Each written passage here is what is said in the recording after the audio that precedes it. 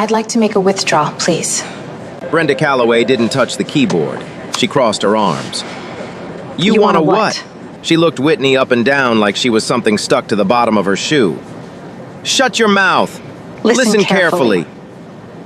People like you don't have money in a place like this. You belong on a bus somewhere. Someone in line pulled out their phone, recording, Oh, wow. not helping. This is about to go viral. A man in a suit looked over, shrugged, looked away.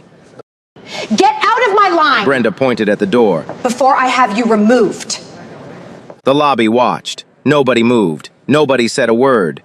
Whitney stood completely still, but every single one of them was about to watch the most humiliating reversal of their lives.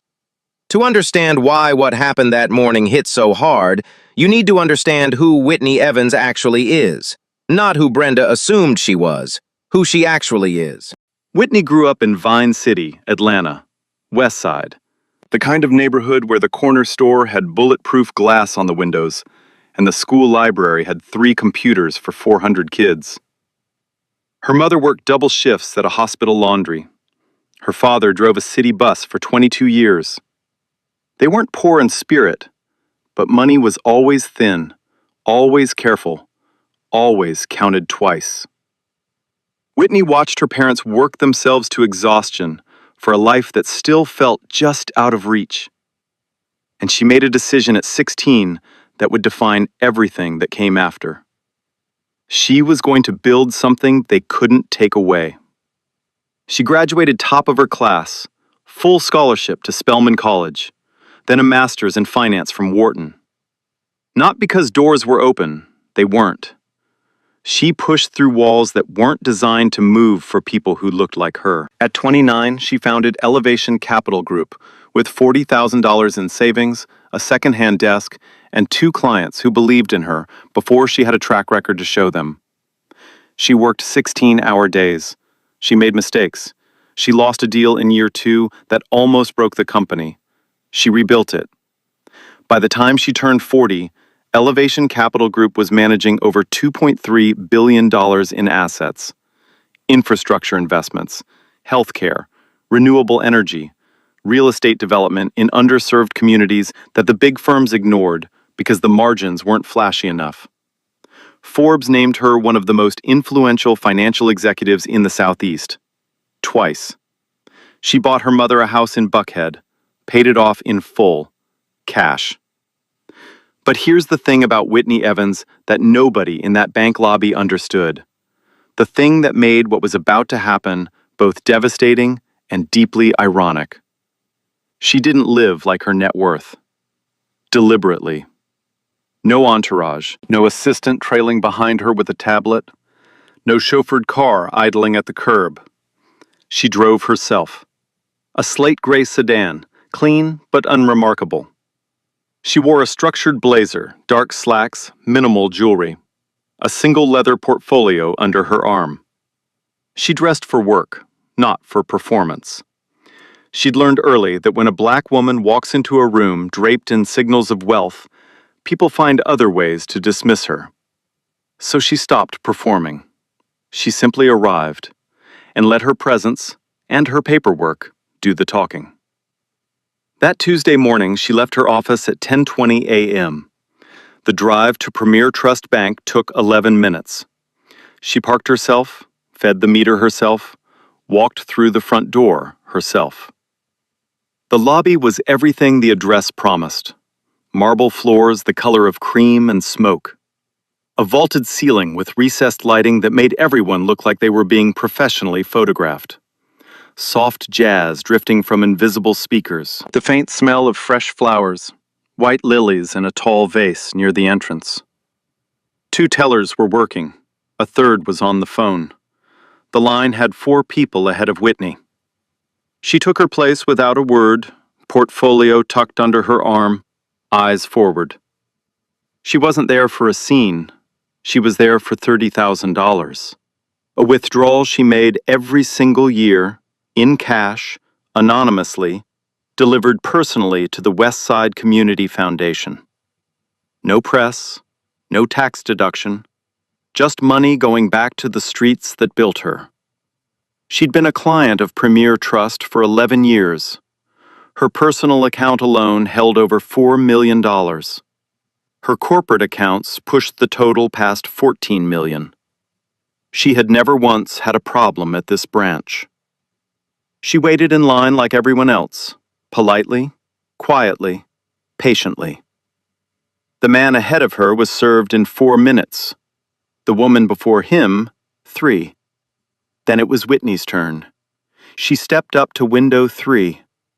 Brenda Calloway looked up, and something behind those eyes, something practiced, something ugly, something that had probably been there for years, decided, in the space of 2 seconds, exactly who Whitney Evans was. She was wrong, but that mistake was already in motion, and it was going to cost everyone in that building far more than they could imagine. Brenda didn't touch the keyboard, not immediately. She just looked at Whitney the way some people look at something they've already decided doesn't belong, like the decision was made before a single word was exchanged. Whitney placed her account card on the counter. Calm, practiced, the same way she'd done it dozens of times before. "I'd like to make a cash withdrawal. $30,000 from my personal account, please."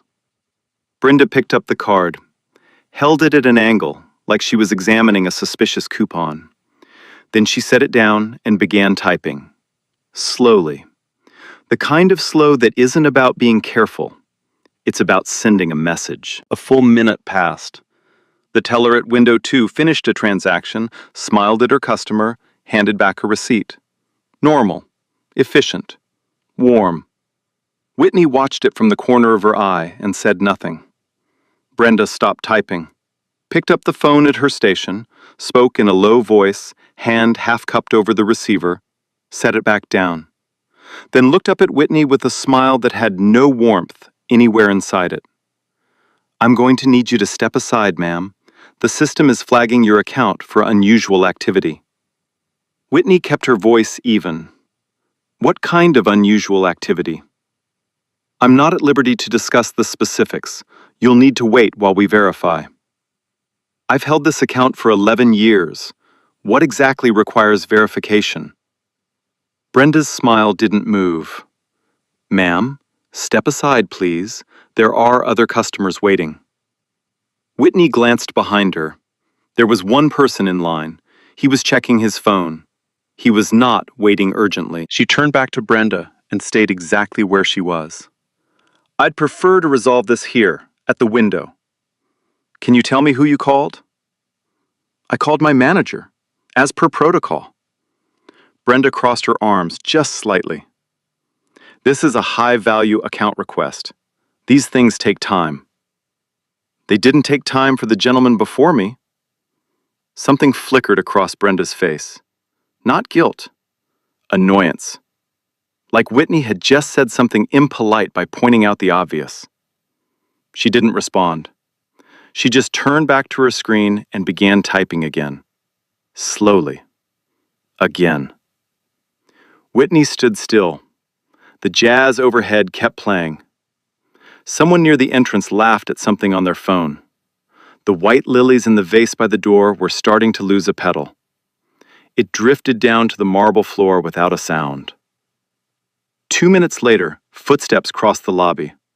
Confident, unhurried footsteps.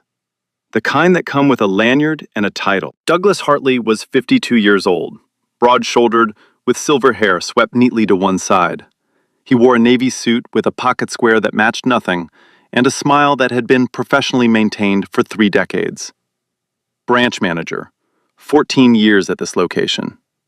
He walked like a man who had never once in his career been wrong about anything. He stopped at Brenda's window, looked at Brenda first, said something to her quietly. She nodded toward Whitney. Only then did Hartley turn and acknowledge Whitney's existence. The way you acknowledge a piece of furniture you've just noticed is in the wrong room. "Can I help you with something?" he said. Not unkindly, just completely without recognition, like she was a walk-in. Like her name wasn't on a $14 million account 2 keystrokes away.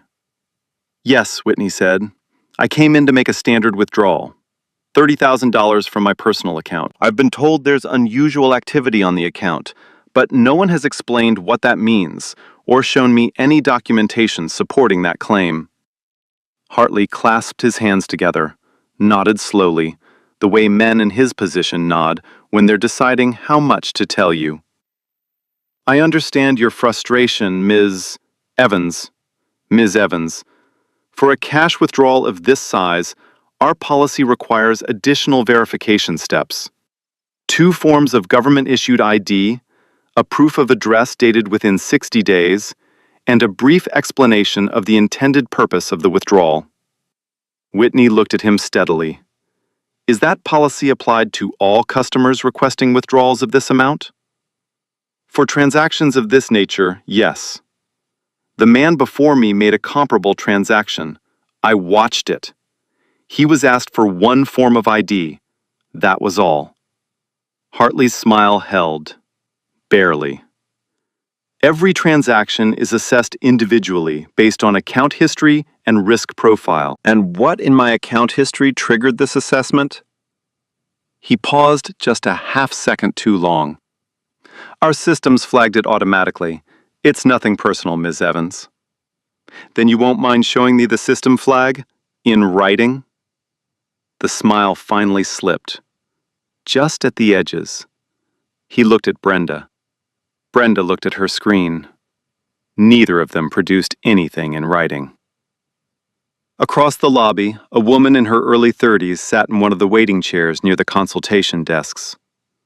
Her name was Simone. She had an appointment with a financial advisor in 8 minutes.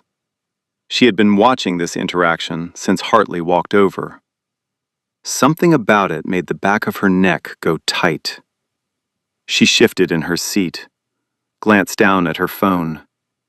Then, slowly, quietly, she angled the camera up and pressed record. She didn't make it obvious, but she didn't look away either. Back at the window, Hartley had made a decision. Whitney could see it in the way his posture changed. The slight squaring of the shoulders, the drop in his voice that meant he was no longer trying to be diplomatic. Ms. Evans, I'm going to need to ask you to come with me to a private office so we can sort this out properly. I'm at a teller window. I'm a customer. I haven't done anything that requires a private office. It's standard procedure for situations like this. What situations specifically? He didn't answer that. Instead, he gave a small, almost imperceptible nod, the kind that's meant for someone else. Whitney caught it. She turned slightly and saw Carl Norris, the security guard, push off from the wall where he'd been standing and begin walking toward her. Unhurried, like this was routine, like she was a problem to be managed, rather than a person to be served. Carl was 6 feet tall, broad, in a pressed gray uniform. He stopped 2 feet to Whitney's left and said in a flat, professional tone, "Ma'am, if you'll just follow Mr. Hartley."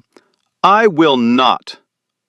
Whitney's voice was quiet, completely steady, not aggressive, just immovable.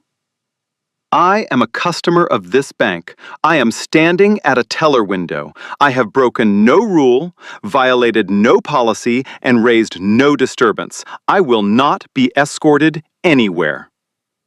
The lobby had gone quiet. Not the polite quiet of a professional space, the held breath quiet of people watching something they know is wrong, but haven't decided what to do about yet. The man who'd been behind Whitney in line had stopped looking at his phone. The teller at window 2 had stopped pretending to type. Even the jazz seemed to fade. Or maybe it was just that everything else got louder. Brenda, emboldened by Hartley's presence and Carl's position, leaned forward and said it flatly, like she was reading from a script she'd written herself years ago. The account shows no record of a withdrawal request of this size. It doesn't match the profile of the individual presenting at the window. Whitney turned and looked directly at Brenda. "Say that again?" Brenda didn't blink. "The account profile doesn't match you." 4 words, chosen carefully, meaning something very specific. Everyone in earshot understood exactly what she meant. The man near the door understood. Simone from across the lobby understood, and her hand tightened around her phone. Whitney took one slow breath.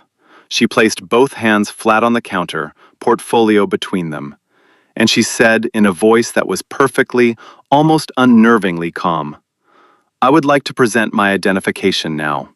I am going to open my portfolio. I am asking permission so that no one in this lobby can claim they felt threatened." She looked at Carl. Carl looked at Hartley. Hartley looked at the counter. Nobody stopped her. Whitney reached into the portfolio, and everything that Brenda Calloway and Douglas Hartley thought they knew about this moment, about this woman, about who held power in this lobby, about how this day was going to end, was about to come apart at the seams. Whitney opened the portfolio slowly, removed her driver's license, placed it on the counter without a word. Brenda picked it up, looked at it, set it back down with 2 fingers, the way you handle something you'd rather not touch. This alone isn't sufficient. We need 2 forms of government-issued ID, proof of address, and a stated purpose for the withdrawal, as Mr. Hartley explained. I have all of that. Whitney reached back into the portfolio. And we'll also need time to verify each document independently. Brenda's voice had taken on a new texture now, smoother, more deliberate, like she was reading from a policy manual she'd memorized specifically for this moment. "This could take some time. You're welcome to wait. Over there." She gestured toward a row of chairs against the far wall, the ones near the exit, the ones that said, "You are not important enough to stand here." Whitney didn't move toward the chairs. Hartley stepped closer, not threateningly, but close enough that it was meant to be felt. "Ms. Evans, I want to resolve this quickly and professionally, but I need your cooperation." "You have my cooperation. I'm standing here, I'm providing documents, I'm speaking calmly. What I won't do is move to a corner and wait indefinitely while you manufacture reasons to deny a legal request." Something shifted in Hartley's face. The professional warmth, the practiced, polished veneer he'd spent 30 years building, cracked just slightly. What came through underneath wasn't anger exactly. It was something colder. The particular expression of a man who isn't used to being pushed back on, especially not here, especially not by someone who looked like Whitney. He leaned in and lowered his voice, not for privacy, for effect. "Ms. Evans, I'll be direct. Our fraud detection system has flagged this account. I have a responsibility to this institution to take that seriously. If you refuse to follow our verification procedures, I have no choice but to escalate this matter." "Escalate it how?" He held her gaze for exactly 2 seconds. "I'll need to contact law enforcement." The word hung in the air like smoke. Law enforcement. For a woman standing quietly at a teller window, with a portfolio full of documentation, who had raised her voice exactly 0 times. Simone, from her chair across the lobby, caught every word. Her thumb pressed harder against the side of her phone. She didn't move. She didn't speak. She just kept the camera steady and her expression neutral and her eyes wide open. The man near the door, the one in the gray suit who'd been watching since the beginning, finally looked away. He studied his shoes. He found something extremely interesting about the marble floor. He was not going to get involved. That much was clear. Whitney looked at Hartley for a long moment. "You're going to call the police. On a customer. At a teller window. Because she asked to withdraw money from her own account. I'm going to call for assistance in managing a situation that has become uncooperative." "I am not being uncooperative. I am asking questions. Those are not the same thing." Hartley was already reaching for the phone. He spoke briefly, set it down, straightened his pocket square, then turned back to Whitney with the particular calm of a man who believes he has just won something. Whitney didn't react. She stood exactly where she had been standing since the beginning. Feet planted, portfolio open, documents on the counter, hands visible. She was not going to give anyone a reason. Not today, not in this lobby, not with two officers about to walk through that door. She knew how this worked. She had known since she was 16 years old, since Vine City, since every room she'd ever entered where someone decided before she opened her mouth that she was a problem. She knew the math of it. She knew what happened when a black woman moved too fast, or spoke too loud, or looked too directly at the wrong person in the wrong moment. So she stood, completely, perfectly, almost painfully still. And she waited. 2 minutes passed. The jazz overhead kept playing.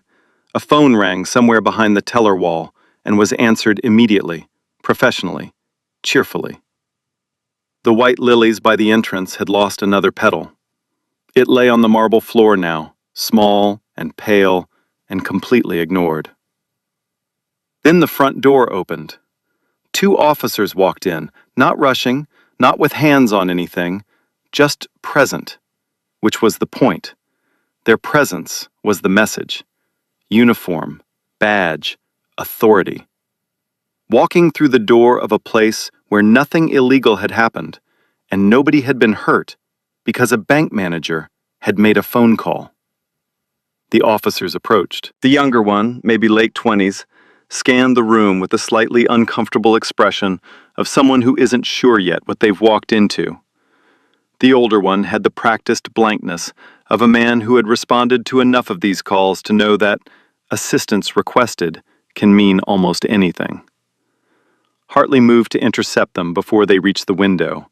He spoke quickly, quietly, with the confidence of someone who expected to be believed without question. Whitney couldn't hear every word, but she heard enough. Refusing to comply? Potential fraudulent access. Won't follow standard procedure. The older officer nodded. They both walked toward Whitney. "Ma'am, is there a problem here?" Whitney looked at him directly, clearly.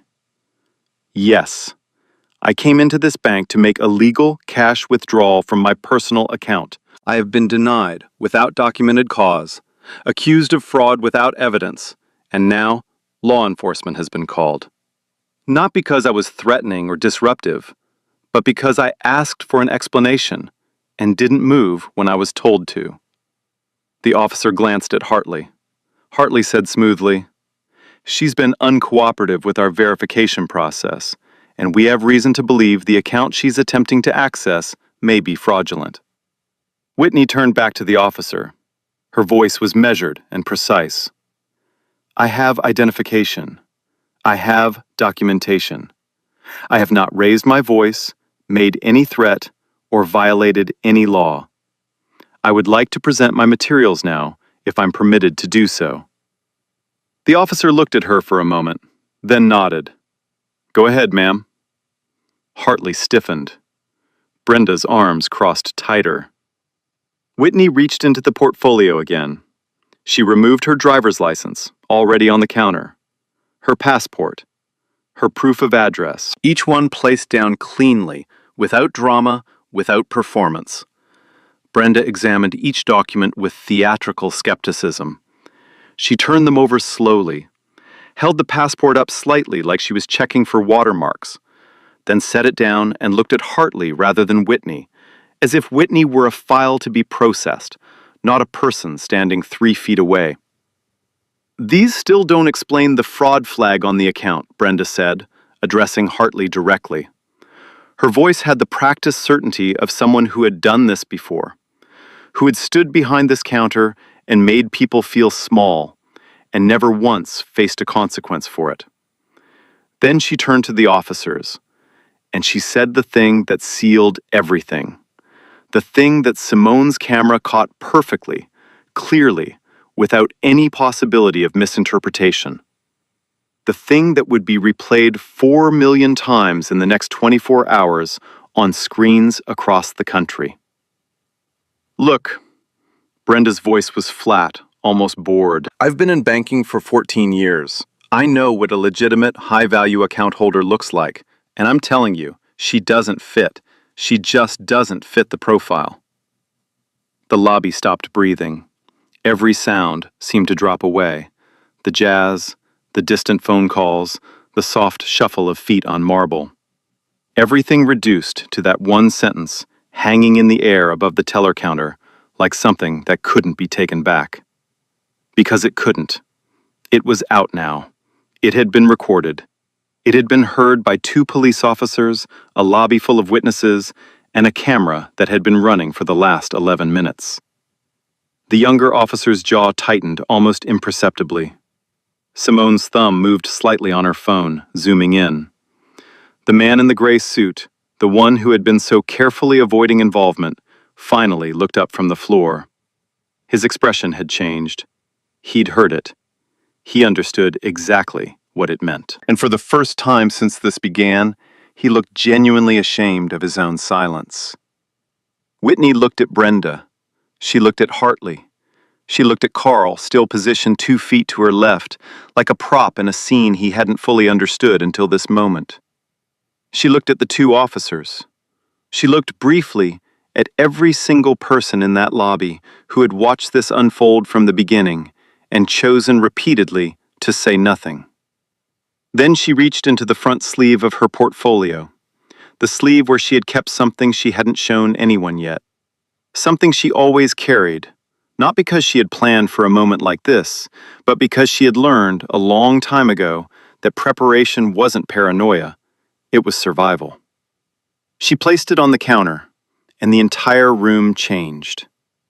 It was a single document, folded once, printed on heavy paper with an embossed header at the top, the kind of paper that costs more per sheet than most people's lunch. Whitney unfolded it slowly, deliberately, and laid it flat on the counter between her documents and Brenda's hands. Nobody moved. The older officer leaned forward slightly, not aggressively, just enough to read the header. Brenda looked down at it. Her expression didn't change immediately.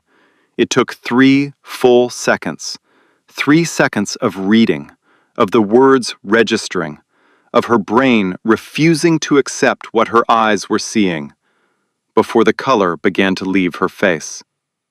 Hartley couldn't see it from where he was standing. He took 1 step closer, then another. Then he stopped.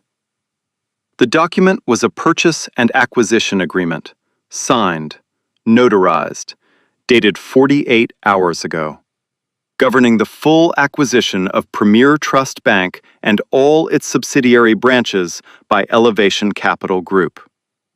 The acquiring party? Elevation Capital Group. The signatory? Whitney Evans, CEO. Beneath her signature, in clean, typed letters, effective ownership transfer pending regulatory approval. All operational authority recognized from date of signing. Whitney let them read. She didn't speak. She didn't need to.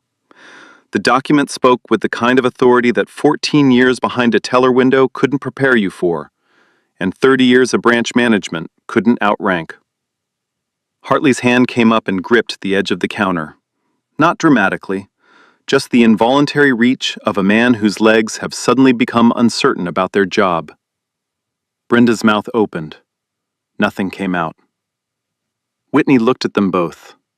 Then she spoke, quietly, without heat, without triumph in her voice, just clarity.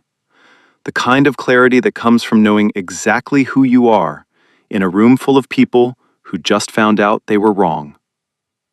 My name is Whitney Evans. I am the founder and CEO of Elevation Capital Group. As of 48 hours ago, this bank belongs to my company. Every account in this building, every policy on that computer, every procedure you just put me through, all of it now falls under my authority. She paused. Let that land. I came here today alone, without announcement, without my legal team, without a single person who knew my name. I came to make a $30,000 withdrawal for a charitable donation I make every year. I came as a customer, because I wanted to see how this branch treated its customers when nobody important was watching. Another pause. Now I know. The lobby was absolutely silent. The jazz had stopped, or maybe no one could hear it anymore over the sound of everything shifting. The younger officer had straightened up completely. His partner had taken a small, almost imperceptible step back, the way people do when they realize they've been standing on the wrong side of something. Carl Norris, the security guard who had been positioned at Whitney's left for the better part of 20 minutes, quietly moved away from her. Not running, just stepping back, creating distance between himself and the position he'd held so confidently 10 minutes ago. Simone lowered her phone from recording position, slowly. She looked at the screen for a moment, at the footage, at the timestamp, at the crystal clear audio of Brenda's words still visible in the waveform. Then she looked up at Whitney. Her expression was somewhere between stunned and deeply, deeply satisfied. The man in the gray suit, the one who had studied the floor, who had looked away, who had decided repeatedly that this wasn't his problem, was staring now with the wide, hollow look of someone recalculating a series of choices they made in the last 40 minutes. Whitney reached into her portfolio one final time. She removed a business card, simple, heavy stock, embossed letters, and placed it on top of the acquisition document. I'll be contacting the board this afternoon. I'll also be requesting a full audit of this branch's transaction records for the past 24 months, with specific attention to verification procedures and how they have been applied across different customer demographics. She looked at Brenda directly. Every interaction at this window, every flag, every request for additional documentation, all of it. Brenda's hand was trembling. It was subtle, just a fine vibration in the fingers gripping the edge of the counter, but it was there. 14 years behind this window. 14 years of small decisions, small dismissals, small cruelties performed with the confidence of someone who never expected to answer for them. That confidence was gone now. It had left the building the moment Whitney unfolded that piece of paper. Hartley finally found his voice. It came out smaller than he intended. Ms. Evans, on behalf of the branch, I want to... Mr. Hartley. Whitney picked up her documents, slid them back into the portfolio, closed it. You'll hear from my legal team before 5 o'clock. She looked at the two officers. Thank you for your time, gentlemen. I hope the rest of your morning is less eventful. Then she turned to the teller window, not Brenda's window, but the one next to it, where a younger teller had been standing frozen for the last several minutes, eyes wide, not breathing, and said simply, I'd like to make my withdrawal now, please. $30,000. Cash. The young teller moved immediately. No hesitation, no flags, no phone calls. Just two hands, shaking slightly, counting out $30,000 as fast as they possibly could. The cash was counted, confirmed, and handed over in a white envelope with the Premier Trust logo embossed on the front. Whitney took it, slid it into her portfolio, and zipped it closed. One clean motion, like she'd just completed a routine errand, which, from her perspective, she had. She turned from the window. The lobby was still quiet, not the comfortable quiet of a professional space doing its work, the airless, suspended quiet of a room full of people who had just witnessed something they couldn't unsee and weren't sure yet what to do with it. Hartley was still standing near the counter. His pocket square was slightly crooked now. Nobody had noticed it happening, but somewhere in the last 10 minutes it had shifted, that small, careful detail he'd maintained for 30 years, slightly undone. He opened his mouth as Whitney turned to leave. Ms. Evans. His voice came out careful, measured, the voice of a man who has spent a career managing situations and is now trying to manage the worst one of his life. I want to express, on behalf of this branch, how deeply sorry I am for any misunderstanding, Whitney said. She didn't stop walking. She said it over her shoulder, without turning around, without breaking stride. Just the one word, hanging in the air behind her, like a question she already knew the answer to. Hartley closed his mouth. Brenda hadn't moved from behind the counter. She was gripping its edge with both hands now, like it was the only solid thing in the room. Her face had gone from pale to a deep, mottled flush, the particular color of someone whose body is processing shame faster than their mind can keep up. She didn't try to speak. There was nothing left to say that wouldn't make it worse. Simone stood up from her chair as Whitney passed. She held out her phone, screen facing up, the video paused on a clear frame of Brenda's face mid-sentence. She didn't say much, just, "I got all of it, from the beginning." Whitney stopped, looked at the screen, looked at Simone. Something passed between them. Not a smile exactly, but a recognition. The particular understanding of two people who both know what it costs to stand in certain rooms.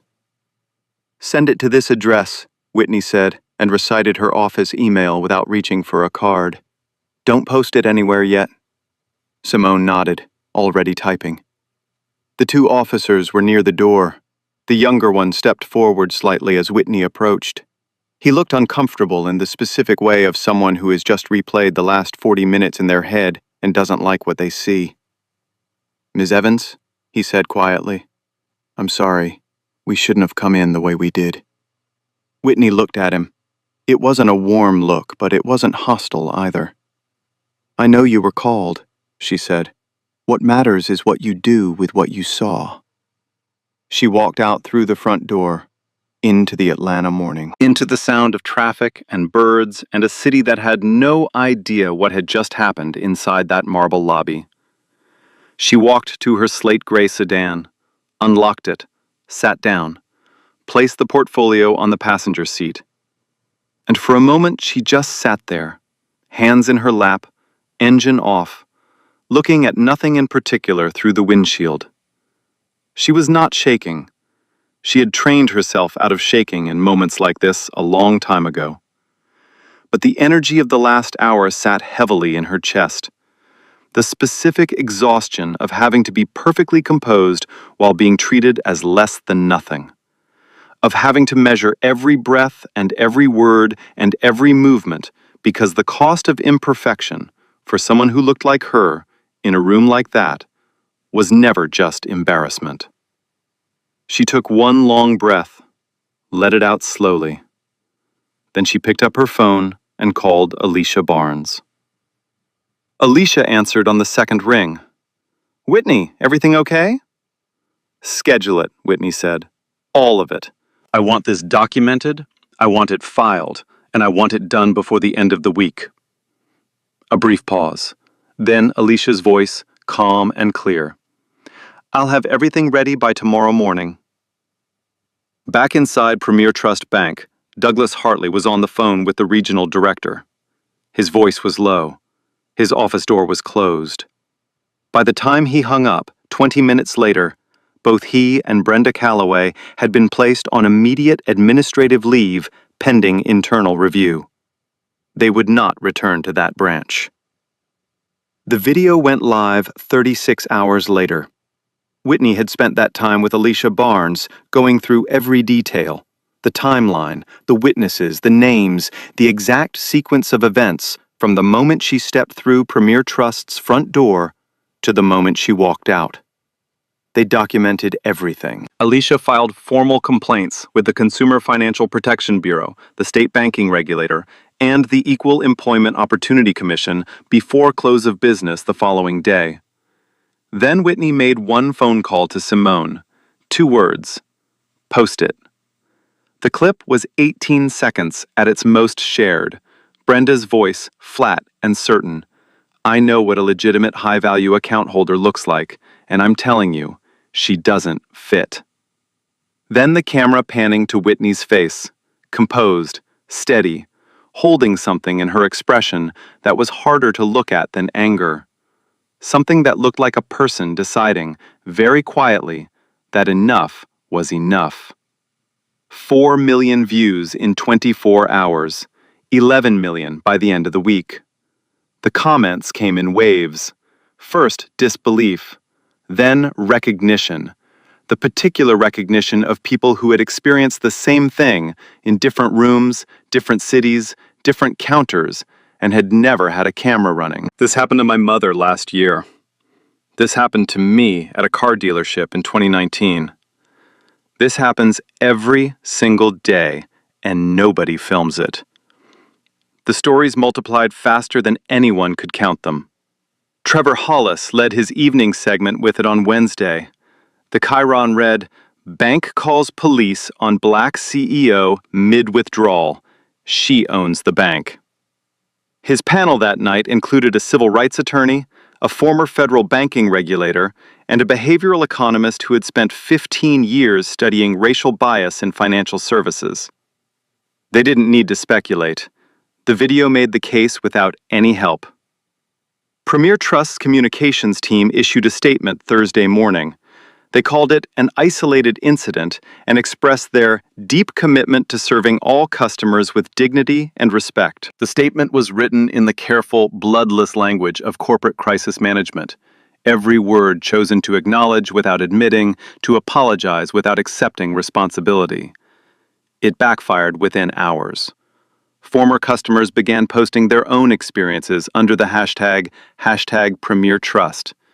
Not just black customers, though there were many, but elderly customers who had been asked for excessive documentation, disabled customers who had been spoken over and around, anyone who had ever stood at one of those marble counters and been made to feel like they didn't belong there. The hashtag reached trending status by Thursday afternoon. 3 corporate clients, firms with combined deposits exceeding $200 million, publicly announced formal reviews of their banking relationships with Premier Trust by the end of the week. 2 of them quietly initiated transfer proceedings the following Monday. Premier Trust stock dropped 8% in the first 48 hours. By the end of the second week, it had not recovered. The formal investigations moved quickly, partly because the evidence was so clean. Simone's video, the branch's own internal camera footage, which had captured everything from a second angle. The transaction records, which showed clearly, in the bank's own data, that 3 white customers had made comparable withdrawals on the same morning as Whitney, with standard single ID verification and no fraud flags raised. 3 transactions, same amount, same branch, same day, completely different procedure. Alicia Barnes put that data in front of a federal judge in a civil rights filing that cited the Equal Credit Opportunity Act and the Civil Rights Act of 1866. The judge did not dismiss it. Douglas Hartley's deposition took 4 hours. He arrived with a personal attorney and a prepared statement. He left, having been unable to answer a single question about why police escalation was warranted for a customer who had raised no disturbance and broken no rule. He couldn't produce a policy document that required it. He couldn't name a single comparable situation where it had been done to a white customer. His attorney objected 17 times. It didn't help. Brenda Calloway's deposition was shorter and worse. Under oath, she was asked directly, at what point did she flag the account before completing verification? Her answer, when it finally came, was the one that ended her career in banking permanently. When she walked up to the window, Brenda said, something just didn't seem right.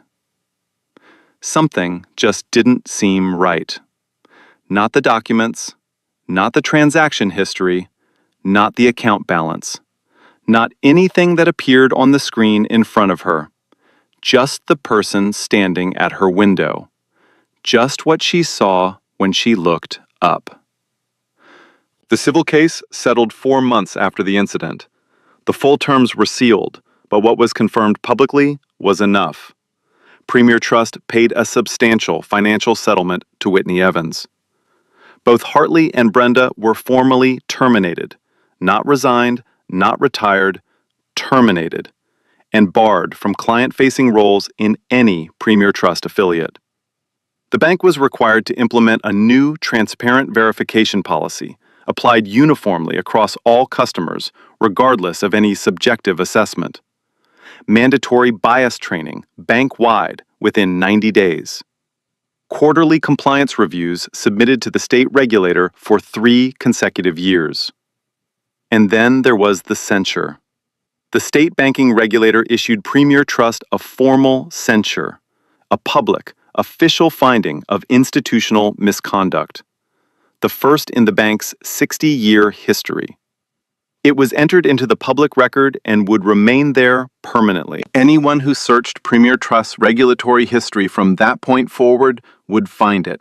Every auditor, every partner institution, every prospective client who did their due diligence would see it. Whitney gave one interview, sat across from a journalist she had known for years, in a conference room in her own building, and spoke for 20 minutes without notes. She was not angry. She was not performing forgiveness either. She was simply precise. "I didn't do this because of the $30,000, she said. "I have $30,000 in my car right now. I did this because the next person they treat that way might not have an acquisition agreement in their portfolio. They'll just have their dignity. And that should have been enough. It should have been enough from the very beginning." That clip ran on every major network. Some of them ran it twice. The journalist asked her one final question. Did she think anything would actually change? Whitney was quiet for a moment. Then, "I think change doesn't happen because people suddenly become better. I think it happens because the cost of not changing becomes too high to ignore. We just made the cost very clear." 6 months after that Tuesday morning, Whitney Evans walked into a community center on the west side of Atlanta and handed a white envelope to a woman named Dorothy Green, who had run the Westside Community Foundation for 11 years on a budget that was never quite enough. $30,000. Cash. Same as every year. Dorothy didn't know where it came from. She never did. That was the point. The foundation used it to launch a financial literacy program for first-generation college students, kids from Vine City, from Mechanicsville, from the same streets Whitney had grown up on. The program taught them how to read a contract, how to open an investment account, how to walk into a bank and know their rights. It was called simply the Know Your Worth program. By the end of its first year, it had served 214 students. Elevation Capital Group moved its corporate accounts, all of them, every dollar, to Greenwood Bank, a Black-owned financial institution based in Atlanta. The move was reported by Forbes, Bloomberg, and the Wall Street Journal. Whitney didn't hold a press conference about it. She didn't post about it. She just moved the money and went back to work. Within 3 months, 6 other firms had followed. Combined, they represented over $400 million in transferred deposits. Greenwood Bank announced a significant expansion of its small business lending program shortly after. Simone, the woman who had kept her phone steady and her nerves steadier in that lobby, declined a job offer from Elevation Capital Group's communications team. Graciously, warmly, with a handwritten note that Whitney kept on her desk. Simone was starting her own media company, a platform focused on documenting civil rights incidents in real time and connecting affected individuals with legal resources before the news cycle moved on. Whitney wrote her a personal check for the startup costs.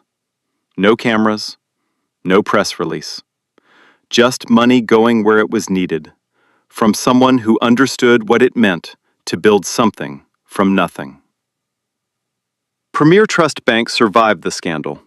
New leadership, new compliance team, new language on their website about inclusion and belonging. Whether those words represented genuine transformation or carefully managed optics was something only time, and the quarterly regulatory reviews would answer. Douglas Hartley spent 8 months looking for a position at another financial institution. None of the interviews went past the second round. His name appeared in the regulatory filing. It always came up. Brenda Calloway did not return to banking. The last anyone heard, she had moved to another state. Whether she understood, truly understood, what she had done, not just the professional consequences, but the human cost of 14 years of small decisions made from behind a teller window, that was something nobody could know from the outside. Some reckonings happened publicly, in courtrooms, in headlines, in regulatory filings entered into the permanent record.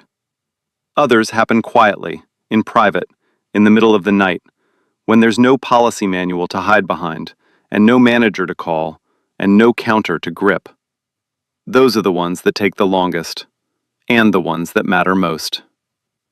Whitney never spoke about that morning as a victory. Not once. In any interview, in any conversation anyone reported.